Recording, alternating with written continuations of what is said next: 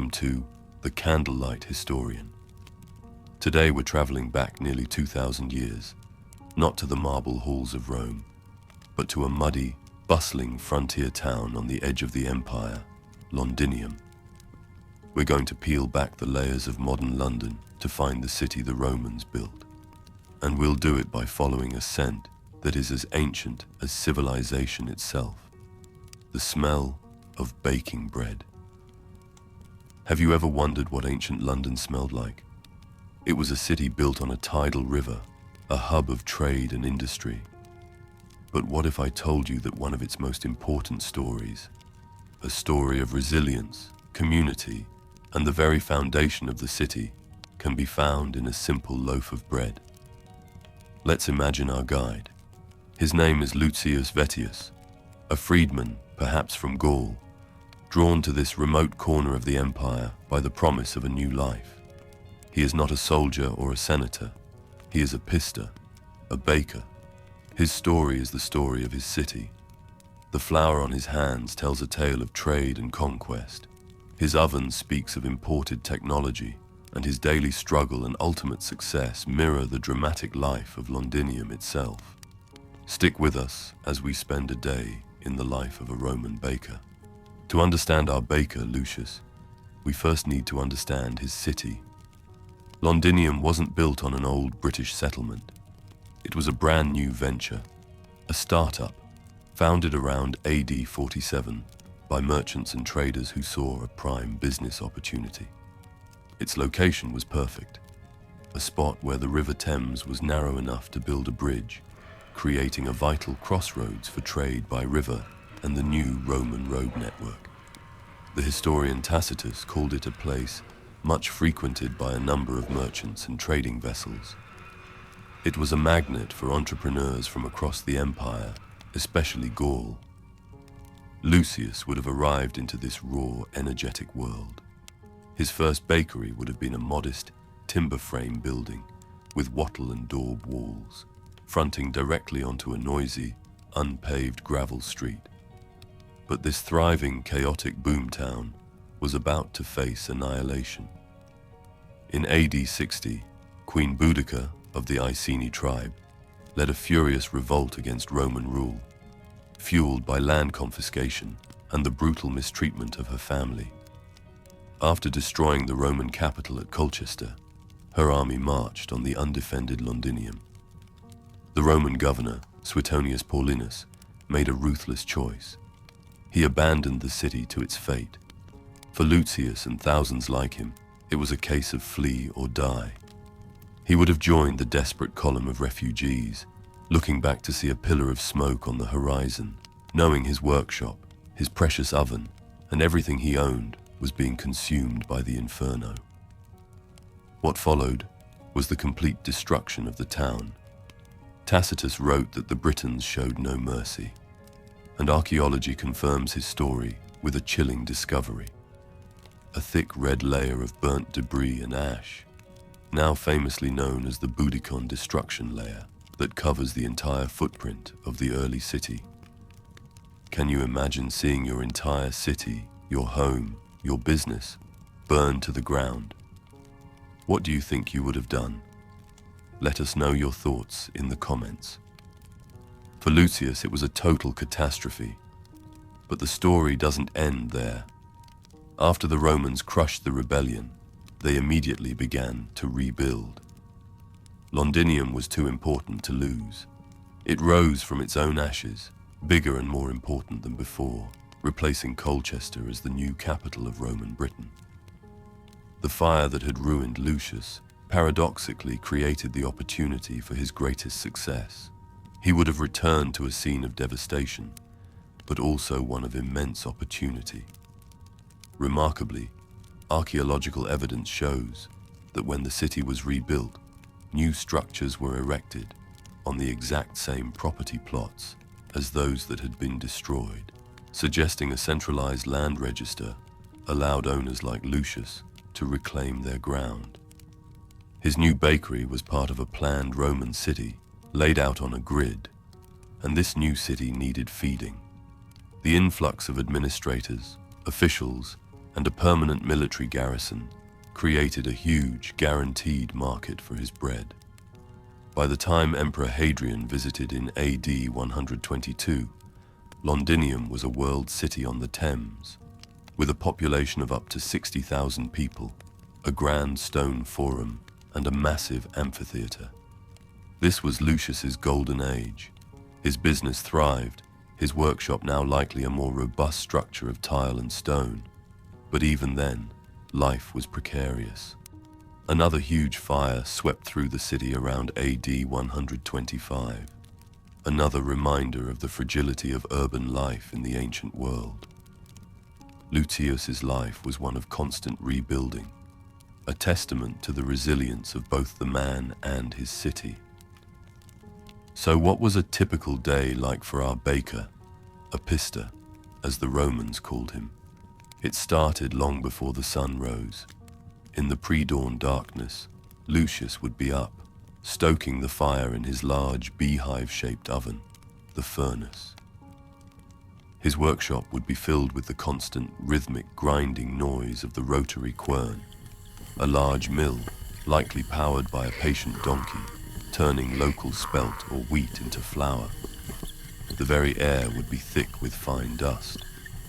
The millstones themselves were a product of the empire, often carved from a specific hard lava imported all the way from Germany. Then the real craft began. He'd mix the flour with water and salt, but the most important ingredient was his biga acida, his sourdough starter. This was a living culture of wild yeasts and bacteria, a closely guarded secret that gave his bread its unique flavor. It was his most valuable asset. The Roman writer Pliny the Elder noted that the common practice was simply to keep a piece of dough from one day to leaven the next. This living leaven was the soul of Lucius's business. After the demanding work of kneading, the loaves were shaped, perhaps into the iconic panis quadratus, a round loaf scored into 8 wedges, just like the ones found perfectly preserved by ash in Pompeii. By now, the oven would be white hot. Lucius would rake out the embers and, using a long wooden paddle, slide the loaves onto the scorching oven floor, sealing the opening to bake them with the intense, trapped heat. We even have evidence for one of these ovens, discovered by the Museum of London Archaeology on the banks of the old Walbrook stream, dating to around AD 70. In a wonderfully visceral detail, archaeologists found the uncharred egg cases of cockroaches in the oven's wall packing, a reminder of the real, gritty conditions of a Roman workshop. As the first batches cooled, the front of his shop would open. The smell of fresh bread was the best advertisement in the city, drawing in a diverse crowd. Lucius would have known his customers. A quick transactional sale of a coarse barley loaf, panis hordexius, to a dock worker. A friendly chat with a soldier's wife buying the daily ration bread. The careful wrapping of a fine white wheat loaf, panis silaginius, for a slave sent from a wealthy merchant's villa. His shop was a community hub, a place for news, gossip, and the simple, essential ritual of buying the daily bread. By early afternoon, the main work was done. After a simple lunch, Lucius would head for the public baths, an essential part of Roman life. At one of Londinium's bathhouses, like the one at Huggin Hill, he would scrape the flour, sweat, and soot of the morning's labor from his skin with a strigil, exercise, and socialize. It was here that the pressures of his long day were washed away. If you were a Roman baker, what kind of bread would you specialize in? A fancy white loaf for the rich, or a hearty wholemeal for the soldiers? Let me know in the comments. A baker wasn't just a craftsman. He was a vital part of Londinium's economy and community. In a city where many poor people lived in crowded tenements without their own ovens, the commercial bakery was an essential service. After Boudica's revolt, the huge rebuilding effort and the city's new status as the capital created a massive, guaranteed market. Bakers like Lucius literally fed the recovery. Socially, a baker's status was complex. The elite might look down on manual labor, but a successful baker could become wealthy and respected. As a freedman, a former slave who had earned his liberty, Lucius's trade was a symbol of his success. The ultimate example of this is the magnificent tomb of a baker named Eurysaces in Rome, a spectacular monument proudly decorated with scenes of bread making, showing just how high a baker could rise. While Lucius probably couldn't afford such a grand statement, it shows that his profession was a genuine path to prosperity. His reputation was everything. The Roman saying bonum panem fert, he gives good bread, was the ultimate seal of approval, a public declaration of trust. He would have belonged to a collegium or guild, a professional association that set standards, offered support, and regulated the trade. A successful baker like Lucius might even win a lucrative contract to supply the army garrison at the Cripplegate fort or the governor's staff, making him a key partner in the running of the Roman province. He wasn't just a shopkeeper, he was a vital cog in the imperial machine. What modern-day small business do you think is as vital to a community as the bakery was back then? Let's picture the scene inside the bakery. The air is warm and hazy with flour dust. A donkey plods in a patient circle, turning the heavy millstones. In the corner, the great clay oven glows, its heat radiating through the workshop. On a large wooden table, Lucius works the dough, his hands and arms strong from years of kneading. We have incredible insights from writers like Pliny the Elder. He was fascinated by the science of baking. He correctly observed that the rising agent in sourdough was acidic in nature, and even declared that those persons who are dieted upon fermented bread are stronger in body. He meticulously recorded different methods for making a starter, but noted the most common was simply using a piece of yesterday's dough. And we have physical evidence too. In Pompeii, archaeologists found 81 loaves of panis quadratus still in the oven, abandoned on the day Vesuvius erupted. One loaf found in nearby Herculaneum was even stamped with the baker's name, a mark of pride in his product. These finds bring the world of bakers like Lucius to life. When the Romans left Britain around AD 410, Londinium fell into decline. But the baker's legacy didn't disappear. In fact, you can still find it all around you today.